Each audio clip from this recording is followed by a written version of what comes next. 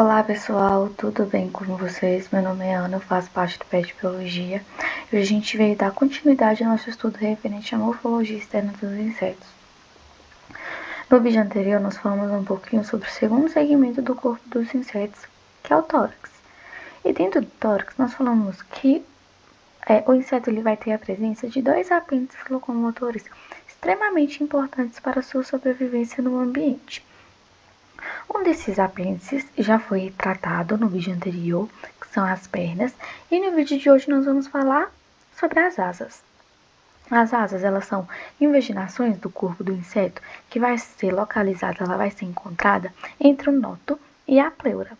As asas, então, são estruturas extremamente desenvolvidas e elas podem ser encontradas tanto em formas de ventarola quanto em formas achatadas, sendo fortalecidas por nervuras esclerotizadas. Se vocês observarem aqui, cada risquinho desse daqui é uma nervura diferente. E é extremamente importante destacar que essas nervuras, elas são estruturas tubulares que podem conter a presença de nervos, traqueias e também de hemolinfa.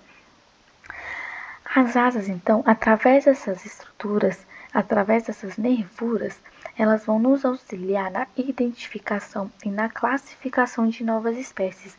Assim, quando um estudioso, quando um cientista, ele está em dúvida um pouco sobre a classificação de uma nova espécie ou não, ele sempre vai olhar a presença dessas nervuras e como elas estão dispostas nas estruturas das asas.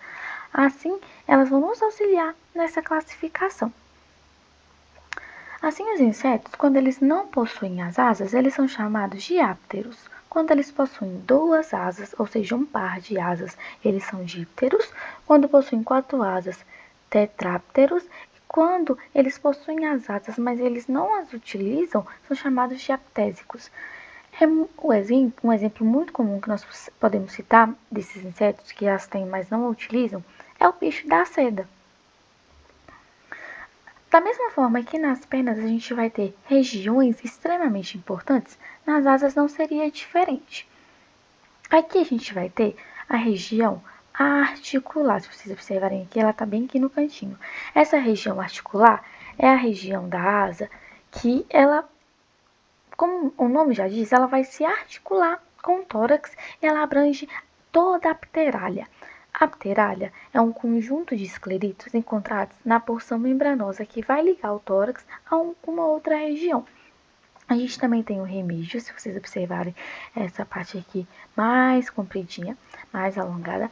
O remígio, ele compreende a porção distal da asa e é no remígio que a gente vai encontrar a maioria das nervuras. A gente também tem a região anal. A região anal ela é separada do remígio pela dobra anal. E a gente também tem uma outra dobra, que é a dobra jugal, que essa dobra jugal ela vai separar a região anal da região jugal. Essa região jugal ela é a região mais pequena da estrutura da asa e ela nem sempre vai estar presente. A gente quase nunca vai encontrar ela. Uma outra característica extremamente importante sobre as asas seria as estruturas de acoplamento.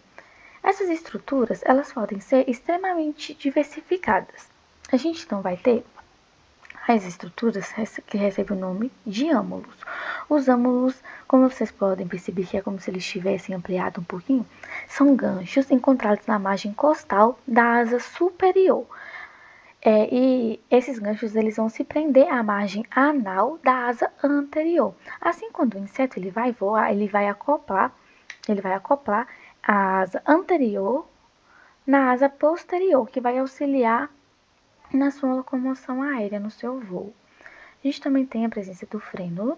O frênulo, eles são cerdas ou várias cerdas inseridas no ângulo humeral da asa posterior, que vai se prender à asa anterior pelo retináculo.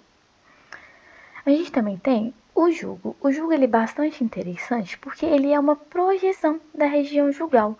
Lembram da região jugal aqui, o que é essa região menorzinha da asa? Assim, o jugo ele é uma projeção da região jugal e ele vai se encaixar na margem costal da asa posterior, meio que ele vai formar assim, visualmente, uma asa só. Às vezes a gente tem a impressão que o inseto ele tem apenas uma asa, mas na verdade não é. A gente só na maioria das vezes a gente realmente pode ter apenas um par de asas, mas se a gente observar um pouco mais ampliadinho, na maioria das vezes a gente vai ter a presença do jugo, que vai dar essa impressão da presença de apenas uma asa. Uma outra estrutura bastante importante, que na verdade não é uma estrutura, seria a amplexiforme. A amplexiforme é encontrada bastante nas borboletas. O acoplamento aqui das asas, então ele não é feito por uma estrutura, e sim por uma expansão da região do ânulo humeral da asa posterior, sobre o qual ele vai se apoiar a região da asa anterior. Então, se vocês observarem aqui, a asa posterior, ela vai estar se apoiando na região anal da asa anterior. Então, aqui a gente não tem necessariamente uma estrutura, mas sim uma expansão. Como, da mesma forma que nas pernas, os insetos, eles vão desenvolver tipos de asa de acordo com a sua necessidade, de acordo com o local que ele está inserido. Assim, a gente vai ter diferentes tipos de asa. Nós vamos falar um pouquinho sobre algumas hoje. Nós temos as asas membranosas. As asas membranosas, elas são finas, transparentes, com nervura e com nervuras distintas. Assim, elas podem ser nuas ou elas podem ser escamosas, elas podem ser em formato de escamas, como é o que ocorre na maioria dos lepidópteros, nas borboletas. E as asas membranosas, elas são encontradas na maioria dos insetos, principalmente no par posterior deles. Nós também temos a asa tegmina. A asa tegmina, elas são as asas anteriores mais ou menos coriáceas. Elas possuem um aspecto coriáceo mesmo, com nervuras visíveis. Um dos exemplos bastante comum são encontrados nas baratas, nos gafanhotos, no louva-a-Deus. Então, se vocês observarem aqui, a gente vai ter 2 pares de asa, estão vendo? São 4 asas, 1, 2, 3, 4. E a asa tegmina é essa asa aqui de cima, é essa asa aqui anterior. Nós também temos as asas do tipo élitro. As asas do tipo élitro são bastante típicas em coleópteros.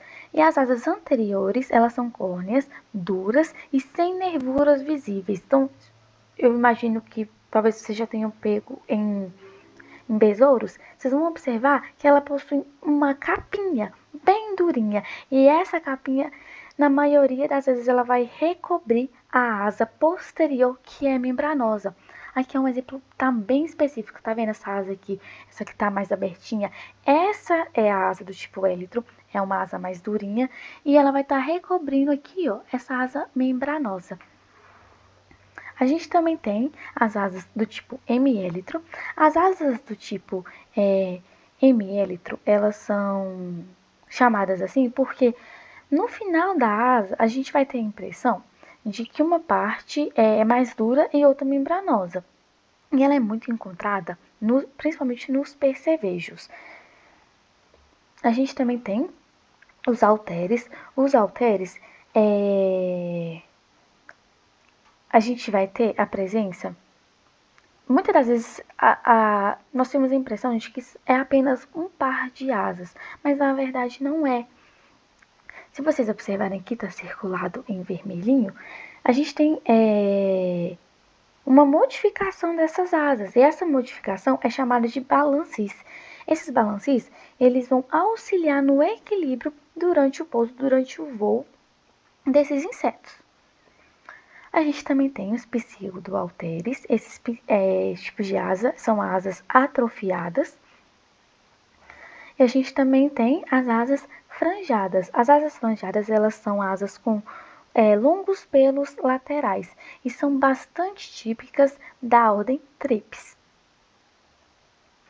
Assim, a gente acabou de falar sobre a estrutura do tórax e sobre os apêndices locomotores encontrados no tórax. E no próximo vídeo a gente vai falar sobre o último apêndice, o último segmento do corpo dos insetos, que é a cabeça.